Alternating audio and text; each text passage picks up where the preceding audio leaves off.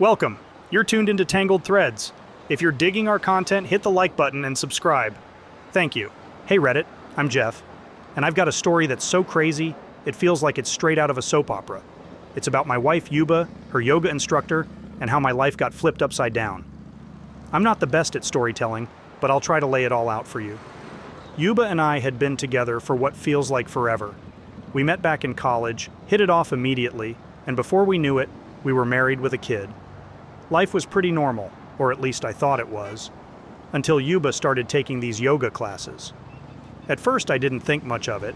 It was just a new hobby for her, and I was glad she found something she enjoyed. But then, things started to change. She'd be gone for hours, always talking about her amazing yoga instructor, this guy named Marco. I noticed she was happier, but not the usual kind of happy. It was different, like she was in her own world. One day, I was passing by the yoga studio and saw her through the window. She was laughing and touching Marco's arm in a way that was definitely not just friendly. That image stuck in my head, and I couldn't shake off the feeling that something was off. So, I did what any sane person would do. I decided to go undercover and attend one of her yoga classes. I know, it sounds ridiculous, but I had to see for myself what was going on. I wore a hoodie and some sweatpants, hoping I wouldn't be recognized. The class was packed, and there she was, right at the front, next to Marco. I tried to focus on the yoga, but I couldn't help but watch them. They were laughing, whispering, and at one point, I saw her kiss him. It was like a punch in the gut. I left the class early, feeling a mix of anger, sadness, and disbelief. I waited until we were home to confront her. I didn't want to make a scene in front of our kid. The conversation was as bad as you'd expect. "Yuba, we need to talk," I said, trying to keep my voice steady. She rolled her eyes, flopping down on the couch. "What is it now, Jeff? You're always so serious." "It's about your yoga instructor, Marco," I started, feeling my heart pounding in my chest. "Oh, Marco," she giggled, twirling her hair. "What about him?" "I saw you today at the studio. I saw you kiss him, Yuba," I said, the words feeling heavy in my mouth. Her reaction was not what I expected. She laughed, a high-pitched, annoying sound that made my skin crawl. "Oh, that? You're making a mountain out of a molehill, Jeff." "A mountain out of a molehill? Yuba, you're married. To me, and you're kissing another man. How is that a small thing?" I was struggling to keep my composure. She shrugged, looking disinterested. "Well, maybe if you did yoga, you'd be more chill about these things. Marco understands me, Jeff. He's spiritual and deep. You wouldn't get it." "Spiritual and deep?" I repeated, incredulous. "Yuba, we have a family. We have responsibilities. You can't just throw that away for some yoga guy." She stood up, stretching lazily. "You're just jealous because you're not as flexible as him. And guess what? I'm going to be with him. I'm taking our kid, and you'll be paying alimony. That's how it's going to be." Her words hit me like a ton of bricks. "You can't be serious, Yuba. Think about what you're saying. This is our life, our family." But she just waved her hand dismissively. "Whatever, Jeff. I've made up my mind. Marco says I'm a free spirit, and I need to follow my heart. And my heart is with him." I sat there stunned as she flounced off to bed. Her words echoed in my head, a mix of disbelief and sorrow washing over me. I never imagined our marriage would come to this, undone by a yoga instructor and my wife's sudden, bewildering change of heart. I was stunned. I mean, how do you even respond to that? I loved her. We had built a life together, and in just a few sentences, she tore it all down. I didn't know what to say, so I just walked away. I spent the night on the couch, trying to process everything. The next few days were a blur. I tried to act normal for our kids' sake, but inside, I was a mess. I couldn't eat, couldn't sleep, and I kept replaying that conversation in my head. I felt like I was living in a nightmare. I started looking into lawyers, trying to figure out what my options were. I didn't want to lose my kid, and the thought of paying alimony to a woman who betrayed me like that made my blood boil. But I was scared. Scared of what the future held, scared of being alone, scared of losing everything I cared about. As I write this, I still don't know what's going to happen. Yuba's moved out and is living with Marco now.